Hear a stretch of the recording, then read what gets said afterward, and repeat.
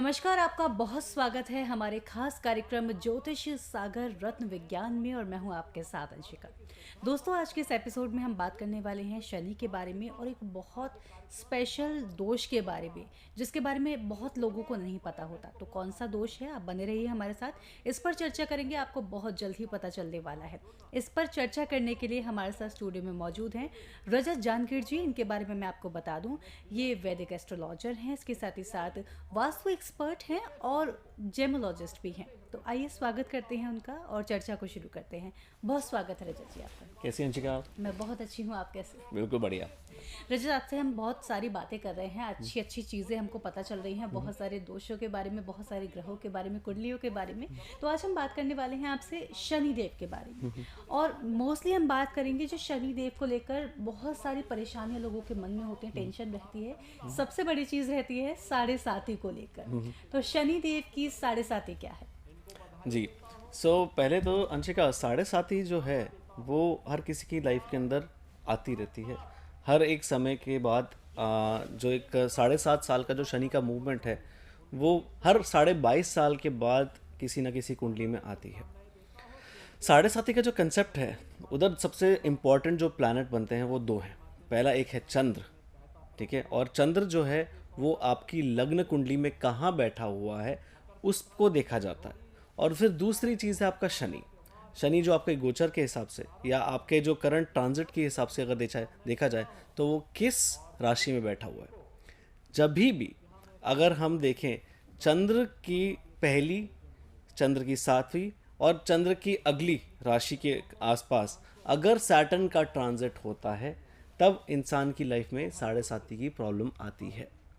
मान लीजिए कि अभी किसी की कुंडली के अंदर अगर चंद्र जो है वो मकर राशि में बैठा है, जी। ठीक है, और इस समय जैसे हम बात कर रहे हैं, ठीक है, अगर शनि कुंभ राशि में बैठा हुआ है इस समय जैसे हम बात कर रहे हैं, तो कहीं ना कहीं किसी की साढ़े साती इस समय चल रही है। ये लग्न के बेस पे चेक किया जाता है और जब भी साढ़े साती की हम बात करते हैं तो हम किसी ना किसी परेशानी की बात ज़रूर कर रहे होते हैं, ठीक है।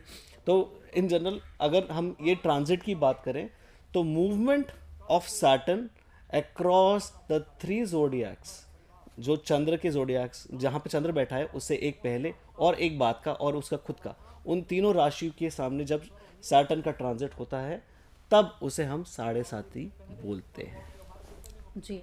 तो जैसे कि आपने बताया रजत, मैं आपसे ये और जानना चाहूंगी कि जो साढ़े साती है, 7.5 साल का जो समय है, पूरा टाइम एक जैसा मुसीबतें चलती रहती हैं या किस तरह से डिवाइड होता है? क्या डिवाइड होता भी है या नहीं होता है, या परेशानियां 7.5 साल चलती रहती हैं, किस तरह से रहता है? जी, पहले आपको मैं ये बता दूं कि देखिए जब साढ़े साथी की जो प्लैनेट्स हैं, चलो हमने बात करी, ठीक है, और ये किस तरह का मूवमेंट है, कैसे कैसे साल होते हैं, तो अपन पहले बात करते हैं कि ट्रेड्स क्या होते हैं, ठीक है।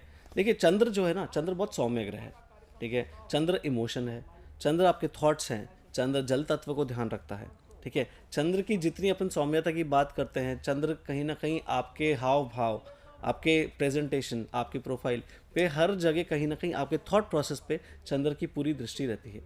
और उस बेस के ऊपर आप देखिए कि जब इमोशन की बात आती है तो हम चंद्र की बात करते हैं। वहीं पे अगर हम सैटर्न की बात करें, शनि जो होता है वो एक डार्क ग्रह है, ठीक है, दूर का ग्रह है, बहुत ही धीरे धीरे ट्रांजिट करता है और बहुत ही धीरे धीरे रिवॉल्व करता है सन के अराउंड। तो सैटर्न को अगर हम बात करें, सैटर्न स्ट्रेच करता है चीज़ें, सैटर्न चीज़ों को खींचता है, सैटर्न और डार्कनेस की एनर्जी रखता है। सैटर्न कहीं ना कहीं आपके ऊपर जो दृष्टि रखता है वो जजमेंट की रखता है, ठीक है। तो जब हम इन दो एनर्जीज का मिलन की बात करते हैं तब कहीं ना कहीं साढ़े साथी की कहीं ना कहीं दृष्टि जब भी ट्रांजिट होता है चंद्र का शनि के साथ के अंदर, तब अपन बोलते हैं। इसको अपन 3 भाग में डिवाइड करते हैं। पहली होती है शुरुआत की 2.5 साल, फिर दूसरी होती है बीच की 2.5 साल और तीसरी होती है आखिरी की 2.5 साल, ठीक है, जिसको हम ढैया भी बोलते हैं। जब हम 2.5 साल के पीरियड की बात करते हैं तो शुरुआत का जो 2.5 साल होता है, तो उस समय कहीं ना कहीं धीरे धीरे करते हुए आपकी जो प्रॉब्लम है बढ़ना चालू होती है। कभी किसी के इमोशंस की अगर बात करें अपन, तो इमोशंस कहीं ना कहीं इरिटेटिव होना चालू होते हैं, ध्यान लगना थोड़ा सा कम होता है, रिलेटिवली थोड़ी एनजाइटी आना चालू होती है, इंसान मानसिक रूप से थोड़ा थोड़ा करके तनाव महसूस करता है, काम में ध्यान नहीं लगना कहीं ना कहीं वहाँ पे ही बनता है। तो शुरुआत का जो समय है वो इन टेंशन्स के से भरा होता है, और जैसे जैसे ये समय आगे बढ़ता है, शुरुआत के 2.5 साल ख़त्म होते हैं, तो ये जो राइजिंग की जो दृष्टि है इसको अपन बोलते हैं शुरुआत की ढैया, या तो शुरुआत की 2.5 साल साढ़े साथी की। इन 2.5 सालों के अंदर अगर हम बात करें कि इस समय शनि कहाँ होता है, तो शनि चंद्र की जो लगन कुंडली में जो चंद्र जहाँ बैठा हुआ है उसकी एक राशि के पहले बैठा होता है।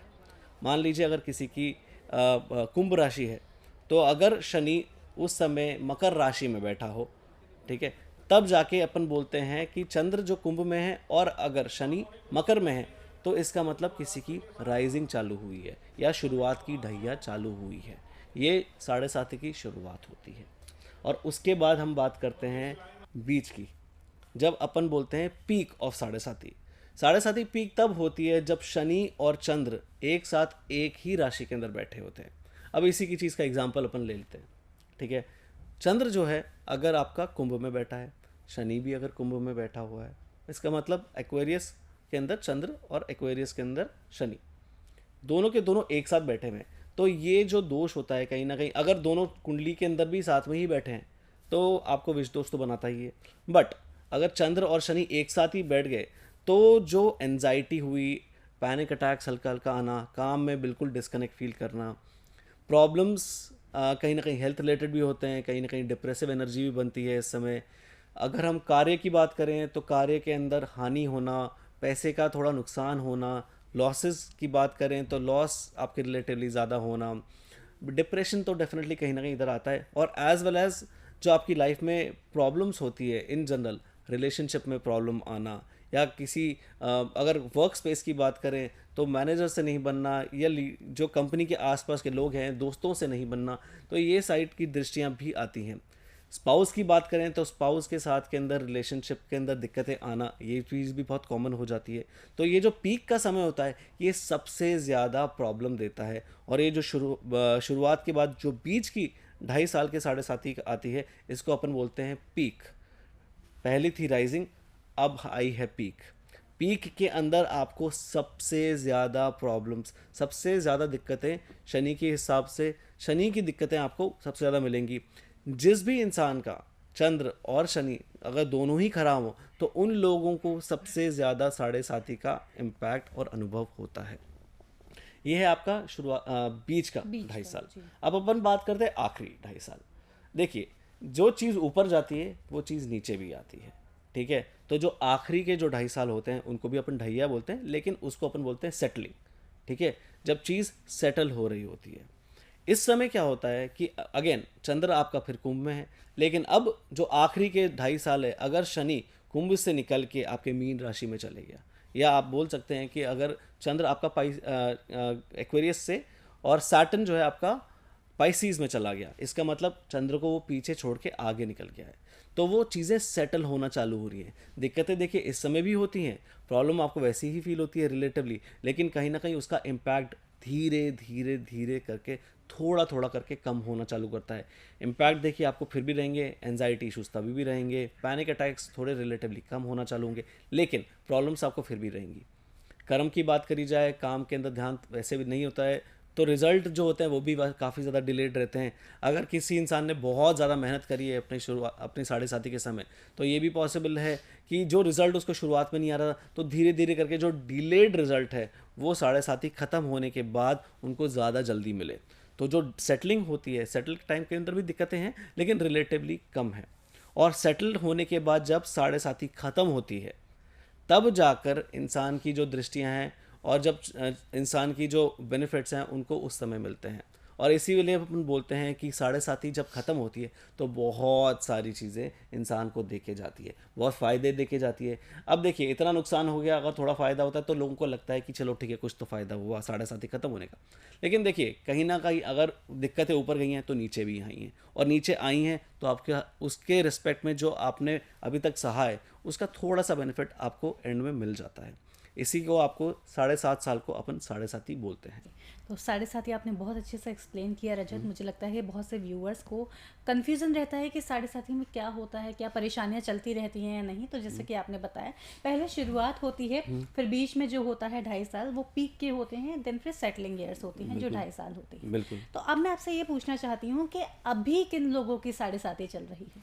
देखिए, अगर अभी की बात करी जाए तो इस समय जहाँ पे शनि बैठा हुआ है, शनि कुंभ की राशि के अंदर है, ठीक है।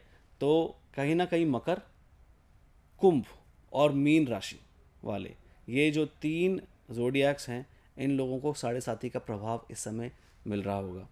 अगर बात करी जाए मकर की, मकर में अगर किसी का चंद्र बैठा हुआ है लग्न कुंडली के अंदर, तो उनकी 7.5 सेटलिंग पे चल रही है और प्रॉब्ली अगले 1 1.5 साल के अंदर, 1 सवा साल के अंदर ख़त्म हो जाएगी। अगर बात करी जाए कुंभ राशि की, तो कुंभ राशि के जो लोग हैं वहीं पर शनि भी है बैठा है, और चंद्र की बात करी जाए, चंद्र भी अगर कुंभ राशि के अंदर है तो उनकी जो 7.5 है वो भी पीक पे चल रही है, उनको रिलेटिवली ज़्यादा दिक्कतें फील हो रही होंगी। देखिए सही, एक और बात, हर किसी को 7.5 का ख़राब इम्पैक्ट नहीं होता है, इस बारे में भी अपन बात करेंगे। जी। बट जिनको सूट नहीं करता है चंद्र या शनि, तो उनके लिए जो कुंभ राशि वाले लोग हैं उनको सबसे ज़्यादा 7.5 का इम्पैक्ट इस समय फील हो रहा होगा। एनजाइटी इश्यूज उनको सबसे ज़्यादा हो रखे हैं, कहीं ना कहीं डिप्रेसिव एनर्जी रिलेटिवली ज़्यादा होगी। यहाँ पे अगर अपन देखें तो जल तत्व की भी कमी काफ़ी ज़्यादा होती है लोगों को, इरिटेशंस भी काफ़ी ज़्यादा रहेंगे इस समय। और आखिरी के जो 7.5 है जिनकी राइजिंग चालू होगी, वो हैं मीन राशि के लोग, जिनका चंद्र जो है वो मीन राशि में बैठा हुआ है। उन लोगों को 7.5 का जो इम्पैक्ट है वो धीरे धीरे करके अब ज़्यादा लगना चालू होगा। जी। तो जैसे कि आपने बताया, कुछ राशियों का अभी चल रही है 7.5, जो उन लोगों को उसका असर भी दिखना शुरू हो गया होगा कि जी। ये प्रॉब्लम्स अब शुरू हो जी। गई। तो मैं आपसे रजत ये जानना चाहूँगी कि ये जो 7.5 शुरू होती है, किन किन चीज़ों को अफेक्ट करती है? जैसे करियर को अफेक्ट करती है, फाइनेंशियल प्रॉब्लम्स को अफेक्ट करती है, कैसे अफेक्ट शुरू होता है इसका? देखिए, जैसे मैंने आपको बताया कि एरिया तो बहुत सारे हैं, जी। ठीक है। चंद्र जैसे बहुत सौम्य ग्रह बताया मैं आपको, चंद्र जो है आपका इमोशन पे काम करता है। अगर आपका इमोशन ही ठीक नहीं होगा, ठीक है, अगर आप सोच सीधा नहीं पाएंगे तो हर चीज़ बिगड़ेगी। लाइफ के अंदर हमारी जो पूरी लाइफ है वो 2 चीज़ों से चलती है। पहली चीज़ आपका थॉट प्रोसेस, दूसरी आपका भाग्य, ठीक है। भाग्य आपको कई जगह आगे तक लेके जा सकता है, आपका कर्म आपको काफ़ी आगे तक लेके जा सकता है, लेकिन जब तक उसके लिए आपका जो दिमाग है, आपका जो थॉट प्रोसेस है, अगर वो सही नहीं आए तो आपको लाइफ में दिक्कतें आएंगी। चंद्र जिसका इम्पैक्टेड होता है, उन लोगों को रिलेटिवली इश्यूज ज़्यादा आते हैं। और जो अगर चंद्र डाउन हो जाए तो ना आप सीधा सोच पाएंगे, ना आपका ध्यान लगेगा किसी अच्छे काम के अंदर। भगवान के रिस्पेक्ट के अंदर जो आस्था रिलेटेड कामों के अंदर कहीं ना कहीं डिस्कनेक्ट आएगा। कर्म स्थल के ऊपर इच्छाएं, जो काम करने की इच्छा होती है, थोड़ी सी कम होगी, और इसी वजह से हाव भाव भी आपके थोड़े से बदलना चालू होंगे, इरिटेशंस थोड़े से ज़्यादा हो जाएंगे, और इस बेसिस पे आपका चंद्र थोड़ा सा इम्पैक्ट होगा। वहीं पे जो शनि होता है, शनि उसके अंदर डार्कनेस थॉट्स के अंदर और बढ़ाएगा, क्योंकि शनि एक थोड़ा काला ग्रह है, ठीक है, काला नीला जिसको अपन बोलते हैं। लेकिन जो काली छाया जिसकी पड़ रही है या काली दृष्टि जो उसकी चंद्र पे पड़ रही है, तो थॉट प्रोसेस थोड़े से दिक्कत करते हैं, और इसी वजह से आपके जो प्रॉब्लम्स हैं आपके इमोशनल सेक्टर को लेकर, आपके हर काम के अंदर, जहाँ पे आप कर्म की बात करें तो कर्म स्थल पे दिक्कत करेंगे, करियर की बात करें करियर स्थल पे दिक्कत करेंगे, अगर फाइनेंस के साइड पे अगर आपका, या फिर सेविंग्स के घर के अंदर अगर आपका चंद्र बैठा है तो वो आपकी सेविंग्स को काफ़ी ज़्यादा डिप्लीट करेगा। वर्क रिलेटेड बेनिफिट साइड पे अगर आपका चंद्र बैठा है तो कहीं ना कहीं काम के रिलेटेड जो आपका कहते हैं प्रतिष्ठा होगी वो थोड़ी सी कमज़ोर बनेगी, काम को रिलेटेड आपकी जो इच्छाएं हैं वो थोड़ी कमज़ोर होंगी, बेनिफिट्स आपको रिलेटिवली कम बनेंगे। मेहनत अपन जितनी करें उतनी मेहनत का जो रिज़ल्ट है वो शायद नहीं मिल पाए, और इस वजह से काम को छोड़ना या फिर जॉब स्विच करने की भी एनर्जीज कहीं ना कहीं थोड़ी बहुत आती हैं, क्योंकि इंसान का मन नहीं लगता। जी। तो अगर मैं अपने व्यूअर्स को बोलना चाहूँगी, अगर आप लोगों को ये चीज़ें फ़ील हो रही हैं तो एक बार अपनी कुंडली को ज़रूर दिखवा लें। हो सकता है कि आपकी 7.5 शुरू हो गई हो या फिर शुरू हो रही हो। तो इसके साथ ही एक बार फिर अपनी चर्चा को आगे बढ़ाएंगे। रजत, हम आपसे बात कर रहे हैं, जैसे कि आपने प्रॉब्लम्स के बारे में बता दिया कि ये चीज़ें हो सकती हैं। अब मैं आपसे ये पूछना चाहूँगी कि क्या 7.5 के कोई बेनिफिट्स भी होते हैं, कुछ इसका लाभ भी होता है? जी देखिए, 7.5 के बेनिफिट्स कुछ लोगों को होते हैं। मान लीजिए जिसका शनि बहुत ही अच्छा है, जी। ठीक है, और या तो मान लीजिए चंद्र की जो प्लेसमेंट है वो बहुत ही बढ़िया है, और चंद्र नुकसान नहीं खा रहा, ठीक है। तो कहीं ना कहीं उन लोगों को साढ़े साथी का बेनिफिट थोड़ा बहुत हो सकता है। अच्छा। देखिए, चंद्र से ज़्यादा इम्पोर्टेंस इधर शनि की है, ठीक है। चंद्र अगर इतना सूट नहीं करता और शनि अगर सूट करता है कुंडली के अंदर, लग्न कुंडली के हिसाब से अगर शनि की जो प्लेसमेंट है वो काफ़ी अच्छी है मान लीजिए, या चंद्र कुंडली के हिसाब से शनि है जो बहुत ज़्यादा सूट करता है। इसके अलावा एक और कंजंक्शन कहीं ना कहीं बनता है जहाँ पे जैसे चंद्र स्वराशि का हो गया हो, और उसके हिसाब से उन लोगों की साढ़े साथी भी नहीं चल रही है, बट फिर भी अगर चंद्र स्वराशि में बैठ गया हो और शनि अच्छा हो, शनि की दृष्टि खराब नहीं पड़ती, शनि सपोर्ट कर रहा है, तो कहीं ना कहीं उन लोगों को साढ़े साथी का भी लाभ होता है। अगर किसी इंसान का शनि बहुत ही ज़्यादा स्ट्रांग है तो जो शनि जो है वो राइजिंग, पीक और सेटलिंग पे कहीं ना कहीं रिलेटिवली बेनिफिट्स देगा, लेकिन इमोशनल थोड़ा सा डिस्ट्रेस फिर भी होता है, क्योंकि चंद्र की दृष्टि सॉरी शनि की जो दृष्टि है चंद्र पे इतनी खास नहीं पड़ती, क्योंकि वो कहीं ना कहीं इमोशनली डाउन करता है। मान लीजिए कोई बोलता है कि अगर आपका थॉट प्रोसेस सही नहीं है लेकिन फिर भी काम बनते जा रहे हैं, पैसा आते जा रहा है, काम आगे बढ़ते जा रहा है, वो इसलिए क्योंकि शनि ने आपको जितना भी आपने लाइफ में प्रॉब्लम फेस करी है, जितने भी आपने कर्म किए हैं, कहीं ना कहीं उसका आपको जजमेंट दिया है, उसका फल भी दिया है। तो साढ़े साथी के अंदर पॉसिबिलिटी है कि आपको उसका फल दुगना भी मिले। साढ़े साथी के अंदर ये भी पॉसिबल है कि आपकी विजिबिलिटी कुछ ज़्यादा बढ़ जाए। इसके अंदर ये भी पॉसिबल है कि आपका कर्म स्थल बेटर हो जाए, भाग्य थोड़ा और ज़्यादा रिजल्ट देना अच्छा चालू करे। तो ये चीज़ें भी बनती हैं, लेकिन ये काफ़ी ज़्यादा लिमिटेड है। ये डिपेंड करता है आपके चार्ट पे, और ये डिपेंड करता है कि आपका लग्न और आपके प्लैनेट की पोजीशंस और प्लेसमेंट क्या है। सिर्फ उसी बेस पे कोई अच्छा एस्ट्रोलॉजर आपको बता सकता है कि आपकी साढ़े साथी कैसी जाएगी। काफ़ी लोग होते हैं जो डर जाते हैं, ठीक है, कि मेरी साढ़े साथी आने वाली है, कैसी जाएगी। तो एक अच्छा एस्ट्रोलॉजर आपको ये भी बता सकता है कि देखिए आने वाली है तो ये छोटी मोटी रेमेडीज़ कर लीजिए और उस बेसिस पे आपको अच्छा रिजल्ट भी मिल जाएगा। अगर मान लीजिए कि आपके शनि की एनर्जी काफ़ी ज़्यादा स्ट्रांग है, कोई अच्छा एस्ट्रोलॉजर आपको समझ सकता है कि आपको बताता है कि साढ़े साथी का समय आपका अच्छा जा रहा है, तो आप डेफिनेटली साढ़े साथी अगर स्ट्रांग है, चंद्र सपोर्ट करता है, या अगर आपका शनि सपोर्ट करता है, तो उसका रत्न आप धारण कर सकते हैं। धारण करने के बाद आपको उसके रिजल्ट्स भी रिलेटिवली अच्छे मिल सकते हैं। तो जैसा कि रजत ने आपको बताया कि साढ़े साथी के दौरान काफ़ी सारी प्रॉब्लम्स आ सकते हैं, लेकिन अगर आप एक अच्छे एस्ट्रोलॉजर से कांटेक्ट कर लेते हैं तो वो आपको कुछ रेमेडीज़ बता सकते हैं जिससे कि जीवन में आने वाली प्रॉब्लम्स साढ़े साथी की वजह से जो आने वाली हैं वो थोड़ी सी कम हो सके और आपको अपनी परेशानियों का सामना ना करना पड़े। तो आप एक अच्छे एस्ट्रोलॉजर से बात कर सकते हैं। इसके साथ ही आप चाहें तो रजत जी से भी आप बात कर सकते हैं, उनका अपॉइंटमेंट आप ले सकते हैं। टीवी स्क्रीन पर नंबर फ्लैश हो रहे हैं, इन नंबर्स पर आप कॉल करें और उनका अपॉइंटमेंट ले सकते हैं। इसके साथ ही साथ उनकी वेबसाइट पर भी जाकर आप उनका अपॉइंटमेंट ले सकते हैं। उनकी वेबसाइट है astroenergyindia.com। तो एक बार फिर से अपनी चर्चा को आगे बढ़ाएंगे। रजत, आपसे बात कर रहे हैं हम शनिदेव के बारे में। अब मैं आपसे जानना चाहूँगी कि यहाँ पर जेम स्टोन्स कैसे काम करते हैं। अगर साढ़े साथी की हम बात करें तो साढ़े साथी में क्या जेम स्टोन का कैसे काम रहता है? देखिए, जैसे आपको पहले भी बता चुका हूँ मैं जी कि जेमस्टोन जो हैं उनको धारण करने के लिए सबसे इम्पॉर्टेंट चीज़ है किसी की कुंडली, जी। उसका लग्न का चार्ट, ठीक है। लग्न जितना स्ट्रांग होगा उतना कहीं ना कहीं साढ़े साथी का इम्पैक्ट रिलेटिवली कम हो सकता है, क्योंकि इम्पैक्ट जो आपकी पूरी बॉडी पे होना है, आपके दिमाग पे, मस्तिष्क पे होना है या पंचम स्थल पे होना है, अगर वहाँ पे किसी अच्छे प्लैनेट की दृष्टि है तो थोड़ा सा रिलेटिवली बेनिफिट्स आपको मिल सकते हैं। लेकिन अगर रत्न धारण करने की बात करी जाए तो देखिए, आपको हमेशा अपने लग्न के बेस पे, पंचम और नवे स्थल के बेस के ऊपर ही आपको अपने रत्न धारण करने चाहिए। मान लीजिए कि किसी का कर्क लगन है, ठीक है, तो कर्क लगन के हिसाब से आप एक पुखराज धारण कर सकते हैं और साथ साथ के अंदर मोती धारण कर सकते हैं। मोती से आपके चंद्र को डेफिनेटली काफ़ी बल मिलेगा, और बल मिलने की वजह से कहीं ना कहीं आपके जो थॉट्स हैं वो रिलेटिवली सेफ हो जाते हैं।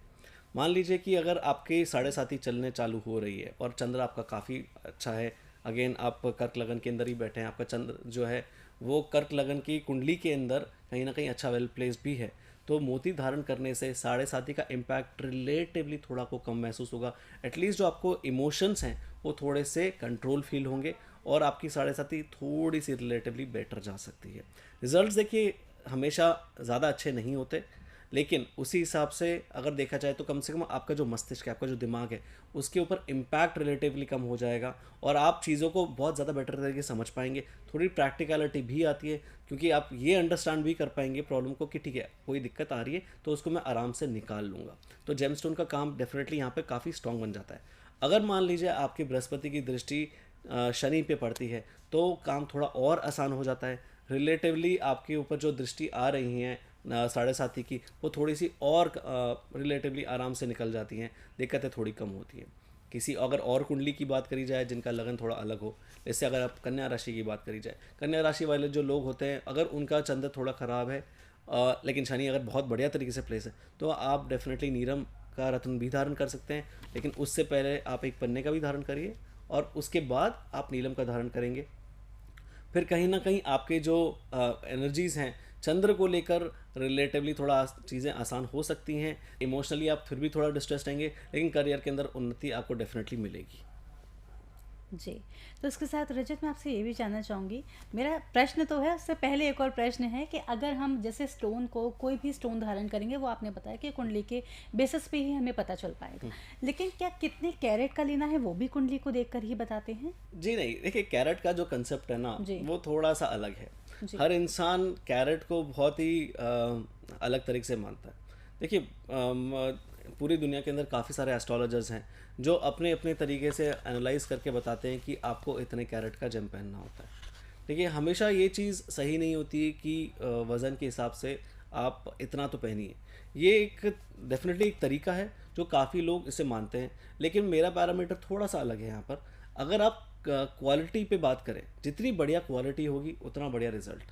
तो अगर हम क्वालिटी को ध्यान दें, मान लीजिए कि अगर कैरेट हमें बड़ा नहीं पहनना है तो आप छोटे कैरेट भी धारण कर सकते हैं, लेकिन आप क्वालिटी पे फोकस करिए। और क्वालिटी की जैसे हम पहले बात कर चुके हैं, जो पैरामीटर्स होते हैं, कलर अच्छा होना चाहिए, उसके बाद क्लैरिटी अच्छी होनी चाहिए, फिर कट अच्छा होना चाहिए। जब ये 3 पैरामीटर मीट हो जाए, आखिरी का जो पैरामीटर होता है उसे हम बोलते हैं कैरेट। तो पहले 3 हैं जो सबसे ज़्यादा क्वालिटी को डिफाइन करते हैं।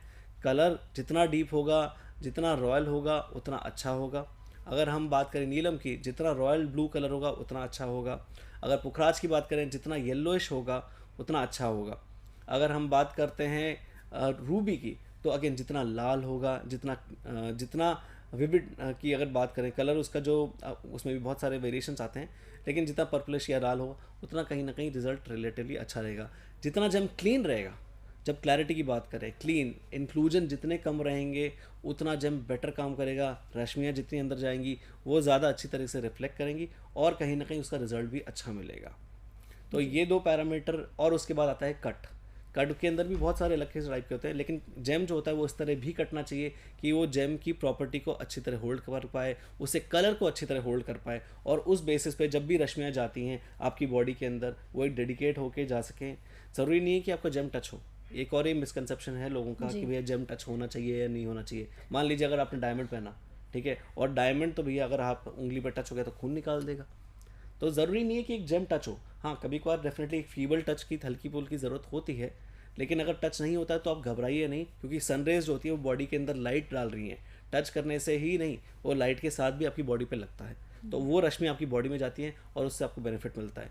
तो जो again coming back to 3 parameters, colour, clarity and cut, उसके बाद जाके आता है कैरेट, और इस बेसिस पे आप जेम धारण कर सकते हैं। देखिए एक और चीज़, अगर मैं वेट की बात करूँ तो जापान के अंदर जैसे सूमो रेसलर्स होते हैं, जी। उनका जो वजन होता है वो होता है 400-500 किलो। 500 किलो ज़्यादा बोल दिया मैंने, बट उनका वजन बहुत ज़्यादा जी, होता ज़्यादा है। होता तो इसका ये मतलब थोड़ी है कि वो आधे आधे किलो का तो पत्थर हाथ में पहन लेंगे। ठीक है, आप उधर भी देखिए, क्वालिटी उधर भी मैटर करती है, क्योंकि लोगों का जब वजन बहुत ज़्यादा हो तो उस जगह, यस ये बात सच है कि थोड़ा सा वेट आपको बढ़ा देना चाहिए, लेकिन इसका ये मतलब नहीं है कि आप उसको बहुत ओवर द टॉप कर दो। क्वालिटी पे आपका फोकस तभी भी रहेगा। अगर काफ़ी ज़्यादा इंसान लाइक 6-6.5 फुट के लोग हैं, थोड़ा सा वजन अगर आप रखते हैं तो कहीं ना कहीं रश्मियाँ रिलेटिवली ज़्यादा जाती हैं, और पूरी बॉडी क्योंकि रिलेटिवली बॉडी का स्ट्रक्चर थोड़ा बड़ा है तो रश्मियाँ थोड़ी सी ज़्यादा ज़रूरत होती है। इसलिए बोला जाता है कि वेट को थोड़ा सा फैक्टर रखा जाए, वरना अगर आप 1-1 या 2-2 कैरेट के जेम पहनेंगे तो शायद आपको उस तरह का रिजल्ट ना मिल पाए। ये थोड़े छोटे हो जाते हैं। कैरेट को अगर देखा जाए तो नाना करते हुए भी 3 कैरेट से ऊपर, कम से कम 2.5 से 3 कैरेट सबसे कम से ऊपर आप जा सकते हैं। 8.5, 9, 10 कैरेट तक भी जा सकते हैं। बट अगेन आप ये ज़रूर ध्यान रखिएगा कि आपको क्वालिटी पे कहीं पे भी कॉम्प्रोमाइज़ नहीं करना है। रिजल्ट आपको क्वालिटी देगी। जी। तो रजत, इसके साथ अब मैं आपसे बात करना चाहूँगी, एक और दोष के बारे में बड़ा मैंने सुना है, जो लोगों को गुस्सा ज़्यादा आता है, क्या वहाँ पर कोई दोष रहता है?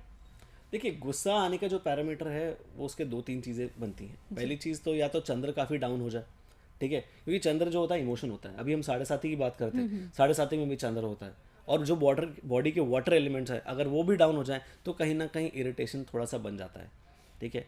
तो वहीं पे अगर अपन गुस्से की बात करें तो चंद्र सबसे ज़्यादा इंपॉर्टेंट है, क्योंकि चंद्र इमोशन से जुड़ा है। ठीक, हंसना एक इमोशन है, दुखी होना एक इमोशन है, गुस्सा भी एक इमोशन है, एंड गुस्से को तो हम बोलते हैं सबसे प्योरेस्ट इमोशन है, ठीक है।